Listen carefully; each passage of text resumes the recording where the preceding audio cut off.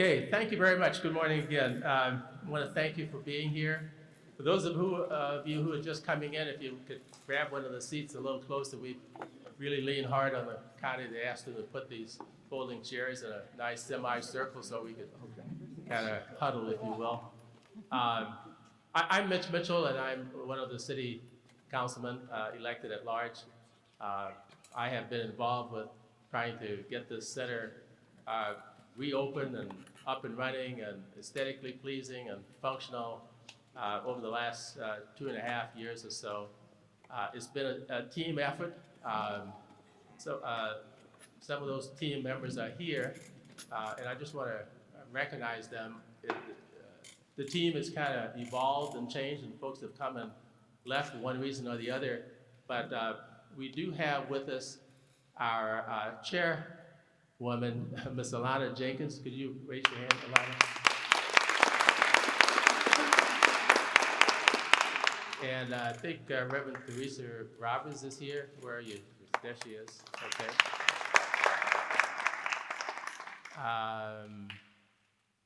Christopher Thompson could not be here due to illness in his family.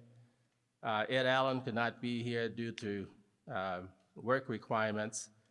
Sam Burke could not be here. But as I mentioned earlier, the team has kind of evolved over time. And I do want to recognize some of the community folks who have really been kind of a pillow in this effort working with the county. And Peggy Simmer, Secretary of the Oak Commons neighborhood. And Dan Blackman, where are you? He was the guy that was showing you the drain.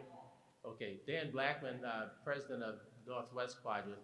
He's the guy that was showing you the expensive drainage project just outside. Here's Dan right there.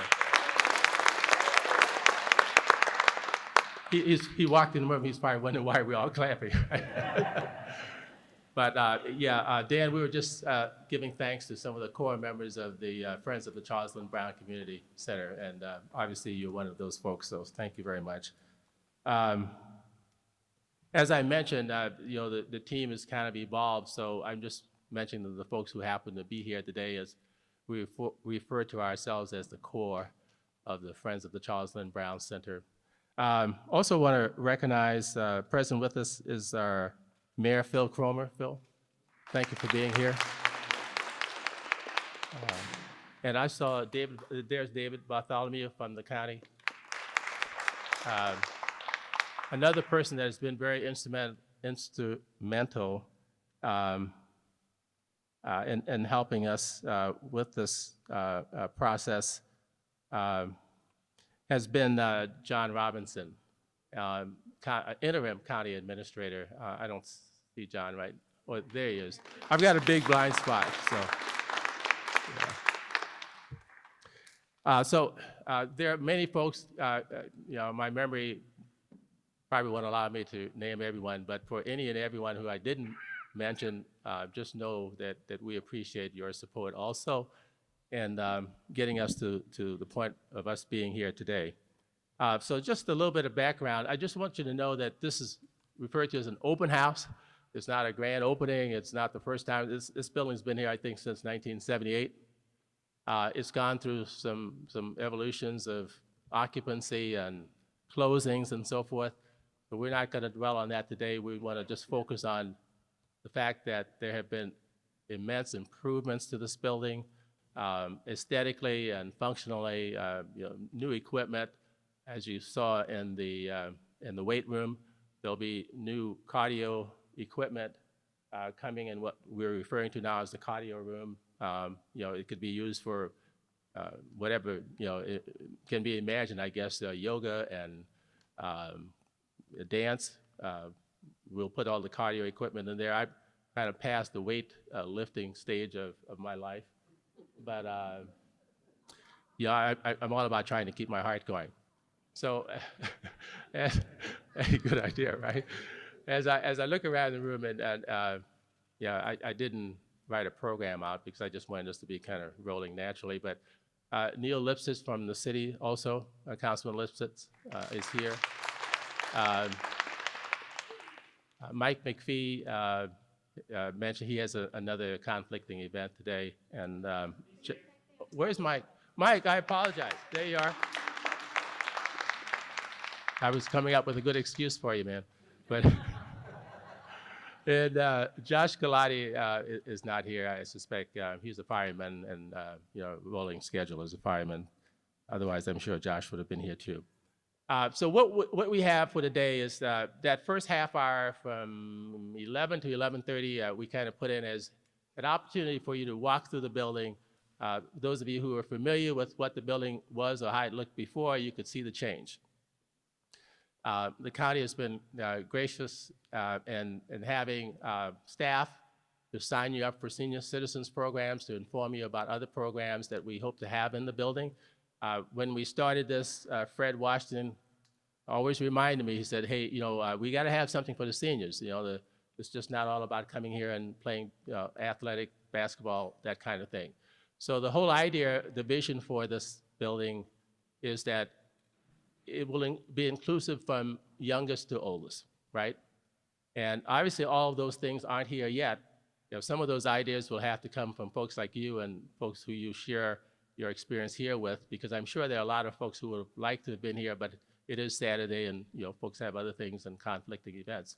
But what I'd like to ask you is to share your experience here today, because there was a kind of chicken or the egg, which came first type situation.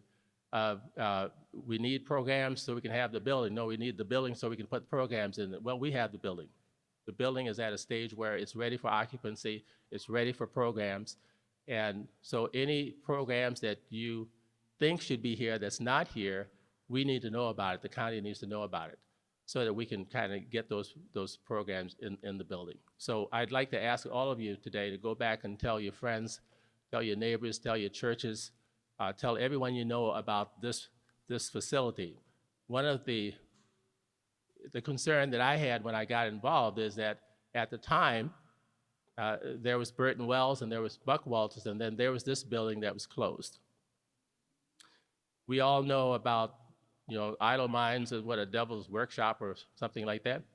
And we have our challenges, trying to keep those idle minds busy so they don't get into bad things that cause our policemen to be too busy. And what we hope to do is to have activities here. I talked with Christopher Thompson, who grew up here, and he talked about the time when he always talked about how good he was shooting hoops. I don't know how good he was, but that's what he says, shooting hoops right here in this building. He said, Mitch, I shot hoops right here in this building, and this was his safe place. This was his safe place where he could come from school, do schoolwork, play basketball or whatever other activities that were here, and then his parents would come by and pick him up after school and take him home.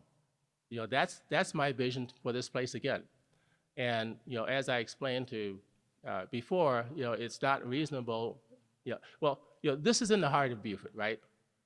This is in the heart of Beaufort. And if this were not here, what would our children do, right? I mean, there's just nowhere for them to feel safe. So you're working with the county, working with council persons, councilmen, councilwomen at the counties, working with folks like John Robinson, working with folks like Eric Larson and his staff, is how we got here.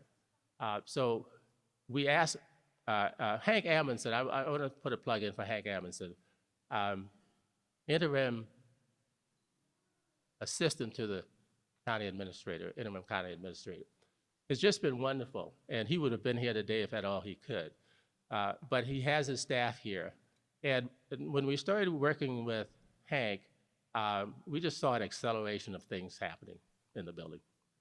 And I just want to give thanks to him again. We've done that before, but since he could not be here, he has Eric Larson here. Eric is Capital Improvement Projects Director, and he has his team here, Mark Rosano and Robert Getchy, who will assist him in sharing information. So what I'd like to do now is ask Eric to come forward and just give a summary, and then after that, entertain questions that the audience may have of how we got from this building being closed before and after the end of COVID to where we are today.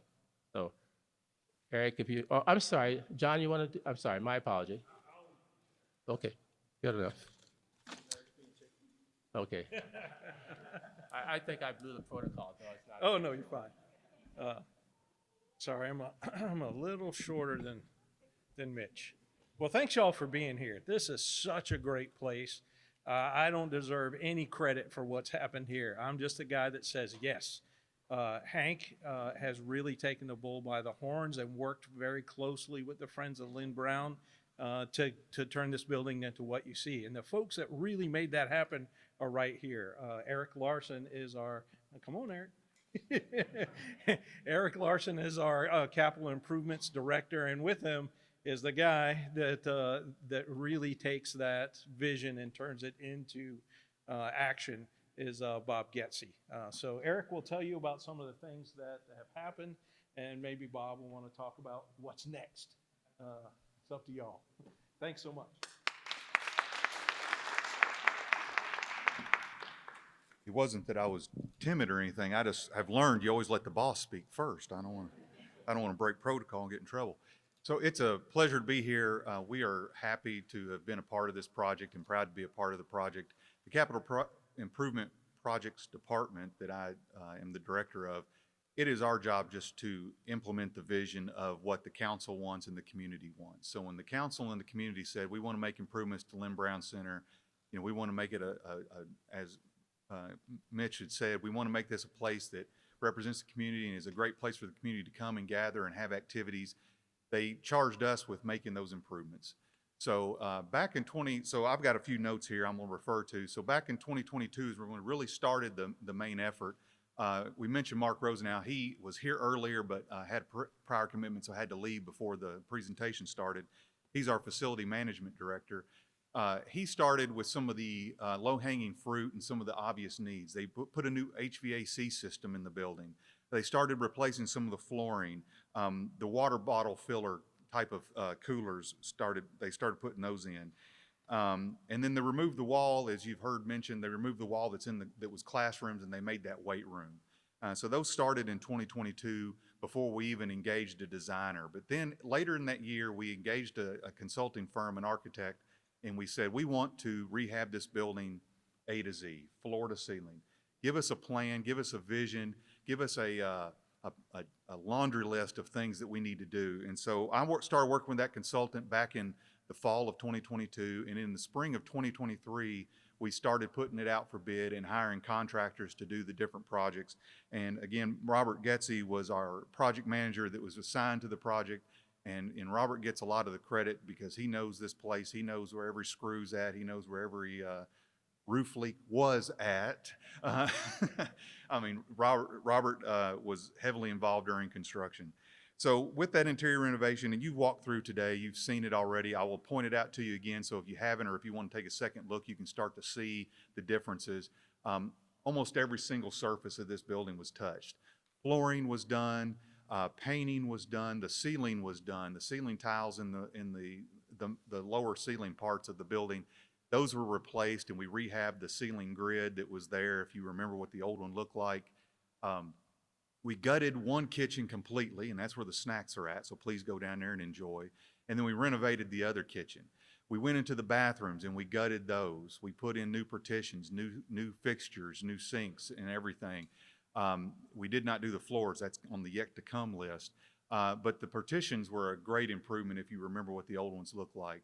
And then we did, as Mitch pointed out, we did stuff on the other side. And if you walked in and you smelt that strong smell, well, sorry for that, but just yesterday we finished the floors in these two gym rooms, and they look like glass, and they're beautiful, and you need to go look at them compared to what we had before.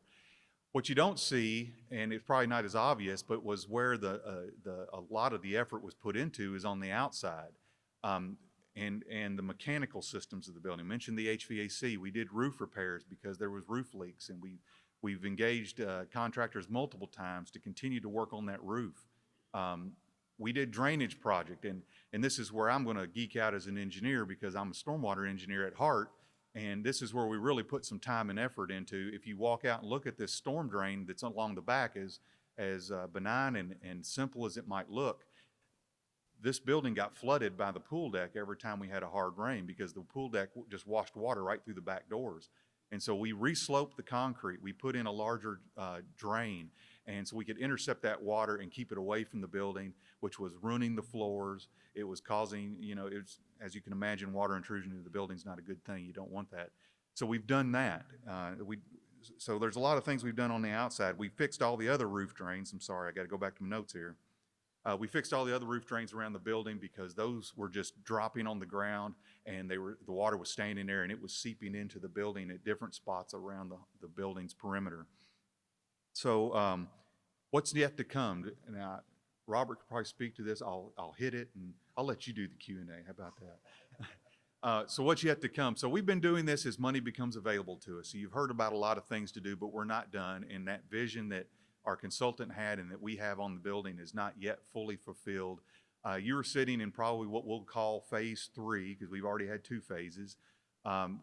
In this room, the goals, the scoreboards, the flooring, the bleachers, those are all scheduled to be redone in the near future as funding becomes available. We're going to continue the drainage project outside because we have the drain behind this gym floor that needs to be, or this gym section that needs to be done just like the other section. We got pool deck work around the swimming pool, new water slide coming. We have additional paint and additional flooring. If you see something that looks old, that's next. That's phase 3. We still got some painting to do. We still have flooring in a few spots to do. But we currently have under contract additional roof repairs and exterior painting and facade repairs on the outside are under contract and ongoing. They're not going today, but you'll probably hear and see construction equipment here as early as tomorrow, if I'm not mistaken. So we're going to continue to work on this building and continue to make improvements. Robert and I will, that's really all I have. I mean, that's the bulk of it. As you walk around, please note all the things that are done and yet to be done. And Robert and I will stick around for a while and make ourselves available for questions and any explanations. And thank you for coming. Hope you enjoy the place, and we're glad to be a part of it. Thank you.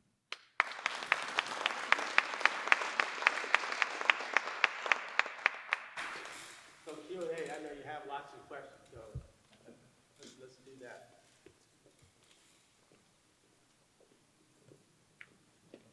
Anyone? Yes. Those hours of operation. Well, that's a good one because I do not handle hours of operation. Someone in the rear. I know that the senior program starts at 8 a.m. and that the actual gymnasium opens at 11 a.m. and goes until 7 p.m.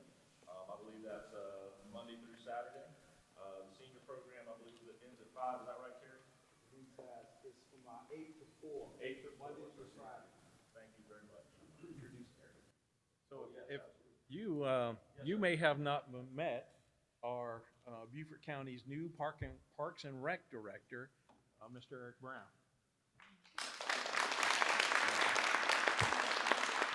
Eric is going to be managing programming that's going to happen here. There'll be some changes in the future, some new programming. We really want to make sure that we utilize this great new space as best as possible. And it's going to be his team that manages that. You want to say hello? Good afternoon, everybody. Hello, Eric Brown, Parks and Recreation Director. I am excited about the opportunity that we have here in Beaufort County. And here at this particular site, as we go around and we start reconfiguring staff and reforming everything that we're going to do, we will have recreation coordinators at our facilities that would actually coordinate recreational activities. And so with that being said, we're now looking at all of our positions, and we're looking at what we can change as far as putting staff in to coordinate the facilities that does not have coordinators at those sites. So that work has already started, and in the near future, this site will have a coordinator that will coordinate activities. And the time frame, I understand, is till 4 o'clock, but that will, from the seniors in the morning until 8, 9 o'clock in the evening will be the hours. So we're working on that, and it's gonna come sooner than later.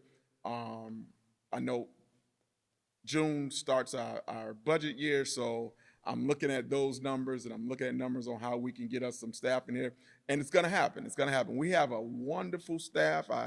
I've been here all but 6 days today, and and I'm excited about what I've already seen. And trust me, 2 weeks prior to being hired, I've seen most of Beaufort.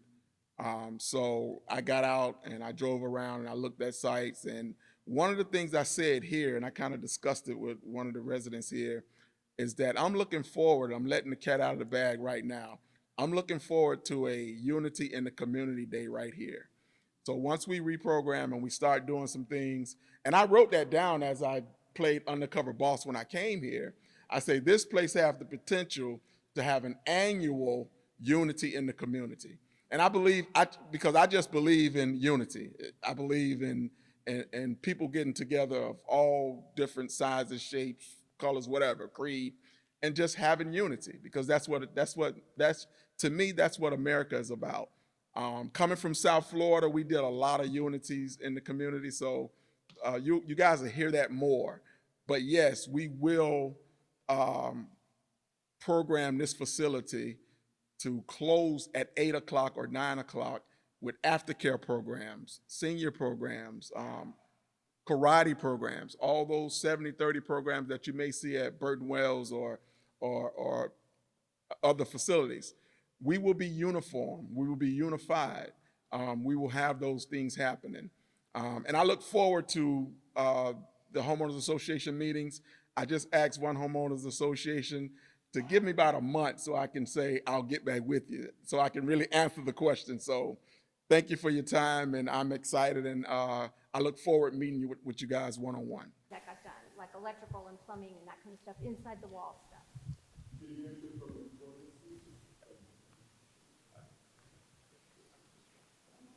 I didn't plan on speaking today, but as of right now, there was no need for any additional electrical or plumbing issues that we felt were needed to be resolved. So at this time, we do not have any plans for any additional, that isn't in our scope, let's put it to you that way. Any other questions? Yes, sir.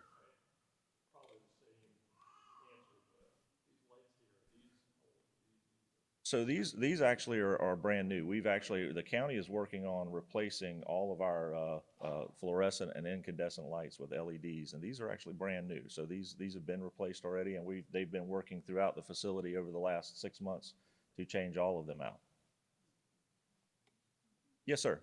Is there a cost associated with the youth using these facilities? So I would have to defer that question again in the sense of construction, but that would be Mr. Brown could answer those questions. Depending on the organization, I'm sure he'll be able to tell you about that.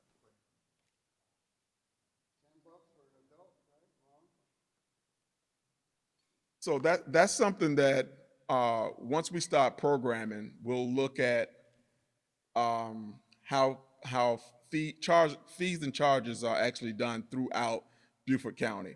Now, what I will have a discussion with staff is about some of the programming we're going to do free 99. And so fees and charges is something that I have not looked at yet, but that's on the high priority list to look at. So I'll be looking at fees and charges. And so that's one of the questions I will get back with you guys at one of your homeowners association meetings, or a phone call or a Zoom call, or whatever that case may be. But we're definitely looking at fees and charges. Now, understand this, in Burton Wells and Buckwalter facilities, those facilities are athletic facilities, and they're program in there. There's things in there that you would actually literally have membership for. But when you go to a recreation center, this is a recreation center, there are some things that you'll be able to do pickup. There'll be pickup basketball. There'll be some things that the community will be able to come and enjoy at no cost. But there will be some costs, but I don't have the fees and charges just yet, because I think some of those things may have to go back to council to be approved. So once we grab that, I'll be glad to share that with everybody. I got a huge thanks to Mitch Mitchell and the rest of the friends of the gym. Something's going on a long time where they put an end to it. They put the power back into this place. And I say that as somebody who played here in the 80s. I didn't play here all that regularly, but I did play here because I grew up down in South Beaufort, down by the bowling alley. And can't thank those friends and Mitch enough. Thank y'all.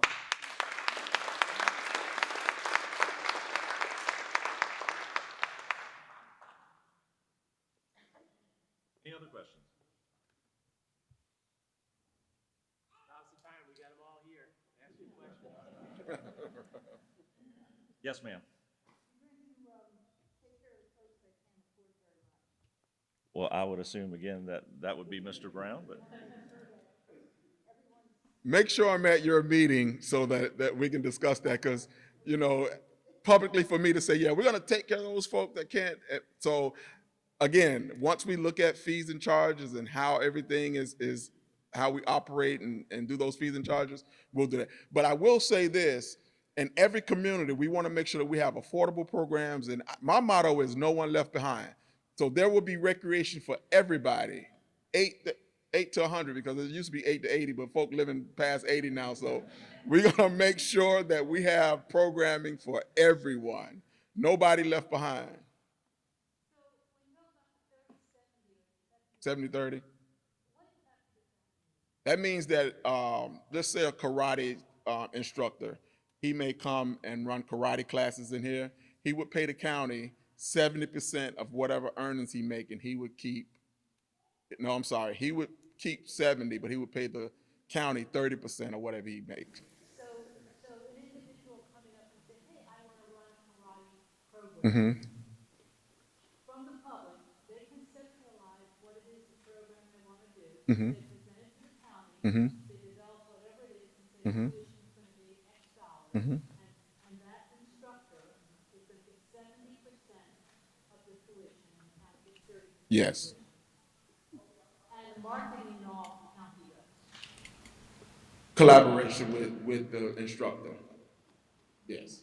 Because you know, for us to just do all of, we would actually definitely advertise that program, because we want folk to come to our facility. So we definitely would advertise those programs in collaboration with whatever user group it is or whatever instructor that's coming to our facilities. And you're gonna see a lot of that. You're gonna see a lot of instructors coming in, and because we had a meeting on Thursday with staff, and one of the things that I wanted to stress a lot is there's so much in Beaufort County, but we got to tell the story. So we're now working with Jeremy is right here. And I had a meeting with Jeremy, and I said, Jeremy, one thing that we're gonna do is we're gonna tell our story. Because at the end of the day, there's some people that have not got the story that this is a beautiful facility and we can actually operate it. So once we start going live here, 5-6 days a week, to the hours of 8, 9 o'clock at night, we're gonna tell that story, whether it's advertising and social media, the county buildings. So we're gonna do a great job of telling the story. And if a karate class is here, we wanna tell that story. We wanna get to the local elementary and high schools to let the students know, listen, there's a flyer right here. If you wanna learn karate or if you wanna learn soccer, you can go to these sites. So we're excited about some of those things that's gonna take place. Yes, ma'am. Mr. Brown, so, how do I want to say this? So I know that there's a lot of debate, there has been in my lifetime here, which isn't that long, about providing free services or charged services and stuff like that, and what this once was and what it is today, and the evolution of what's happening here.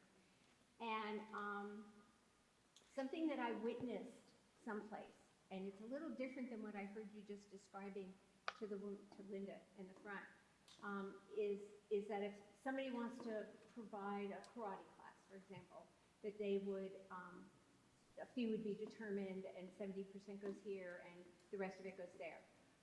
What I witnessed was something that to me seems a whole lot simpler and also addresses costs. It was in the town of Carlsbad, New Mexico, which is on the scale is a poverty state and has a lot of, well, I think it's actually considered a welfare state. And so there's a lot of people that can't afford stuff. And so what the city did there was they provided a very similar experience that had recreational stuff, you know, exercise equipment, pool tables, and that kind of stuff. But what they did was they did everything on a volunteer basis. In other words, if I wanted to teach a yoga class, they would say, okay, this room's available. What days do you want it?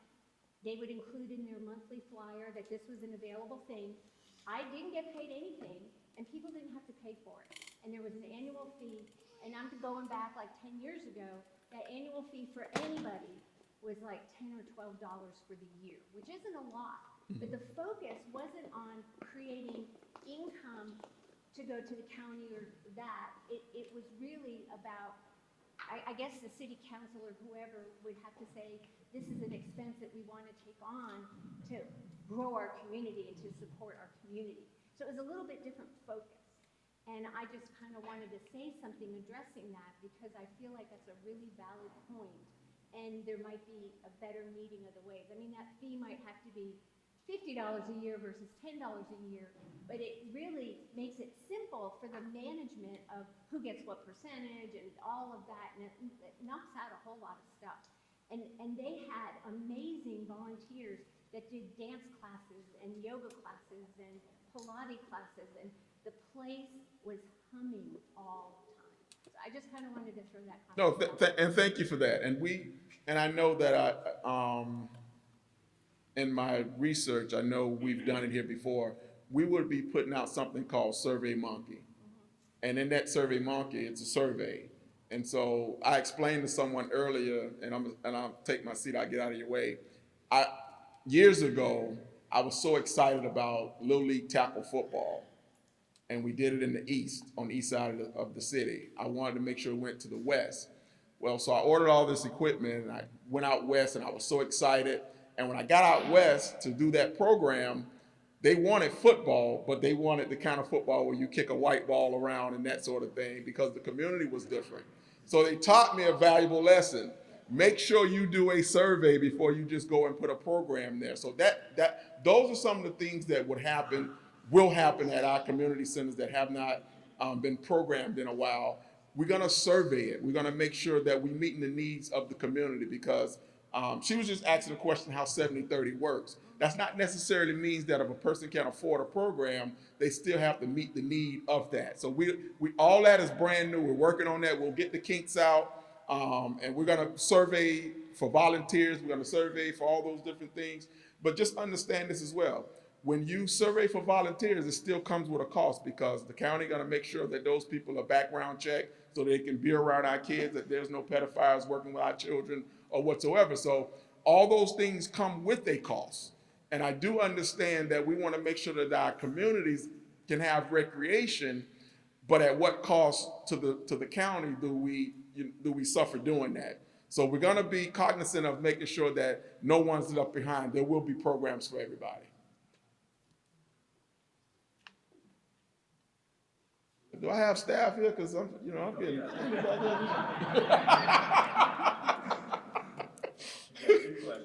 I used to be a comedian too, y'all. So I'm just thinking about where's my staff? It's like, is anybody here today? Sure, and that's a part. If you guys aren't gonna come up, just write that down. So we'll keep a mental note that we're gonna make sure that we have tutoring. Now, one thing that, and I said I was gonna be short, guys, but I gotta explain. I used to work for the Miami Dolphins. I hope I got Miami Dolphin fans in the house. And Twan Russell was a linebacker for the Miami Dolphins. His mom was my English teacher in the 8th grade.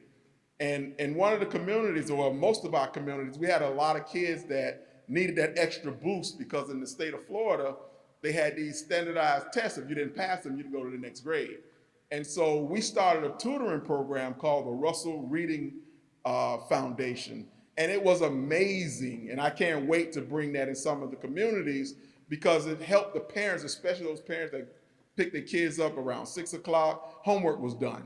You know, kids were doing better in school because they were, before they went out and had recreation, they had an hour of homework time and getting tutored on math or whatever you couldn't do. I wish it was around when I was growing up because I probably wouldn't have been retained in the 7th grade, but it was an amazing program. And so those are one of the things that we want to make sure that's on the Monkey Survey, because those are the things that we need in all of our communities. I'm starting to sweat now, so. We're gonna have an infrastructure question. One of the big things that we discussed was the constant brown water returning into the Charleston Brown Center. And we want to know, has that been addressed? We see some of the new filterized water system, we see some of the new toilets that came in, but what we're referring to as the brown water that would return back into the faucets. Oh, you said the brown water? Yes. Okay, so, so we have investigated that. We've talked with Beaufort Jasper, and the discolored water is not from this facility. It's from the pipes in the downtown area of Beaufort. It's their pipes out in the street and beyond. They have a capital improvement program. They can't do everything at once either. So they have a capital improvement program. The water's been tested. The water may have a discoloring, but it is perfectly safe to drink and use. It's just the age of the metal pipes, the ductile iron pipes that are in the ground throughout the community. We've changed out the fixtures just because over time that water does discolor. And so after trying everything but dynamite to clean those toilets, we just replaced them. And you know, we've made Beaufort Jasper aware of it, and we've had it tested to make sure it's safe and not a health issue. The drinking fountains have filters on them, so that helps a little bit if people are using them for the drinking water. But the sinks and the toilets, you might see that discoloration, but it's again, it's not anything related to this building or this property per se. So. Any other questions? My final thing is, I think is, please register for the senior program. I back Marissa, raise your hand. Vanna Marissa right here, she'll be able to take you back and register for the senior program. Please register for the senior program. There's some great things headed our way with our seniors, and I'm excited about that. I can't let that out the bag yet, but there's some exciting things headed for all of our senior programs in Beaufort County. And I had a meeting with Marissa, and we're gonna make that happen. So please register for that program today. No. If you have a Beaufort County recreation account, You wanna come up? I wanna get somebody. I'm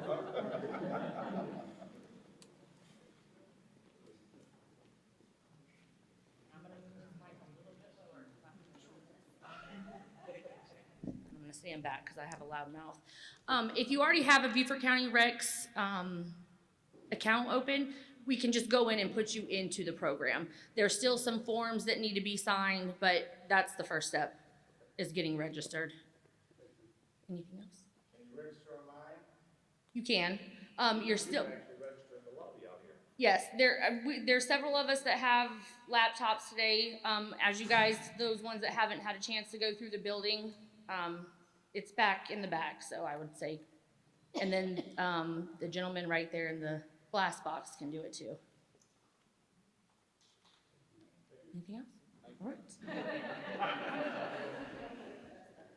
Why don't we have a glass box? Why don't we have an open lobby like everyone else does?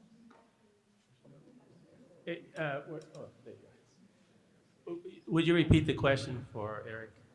Why do we have a glass box? Why don't we have an open lobby like everyone else does?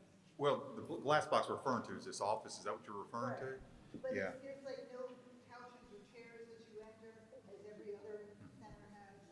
Well, it's really just, it's the architecture of the building. I mean, the building's so old, and that, you know, one of the things we have not done is got into major remodeling. It's been more renovation.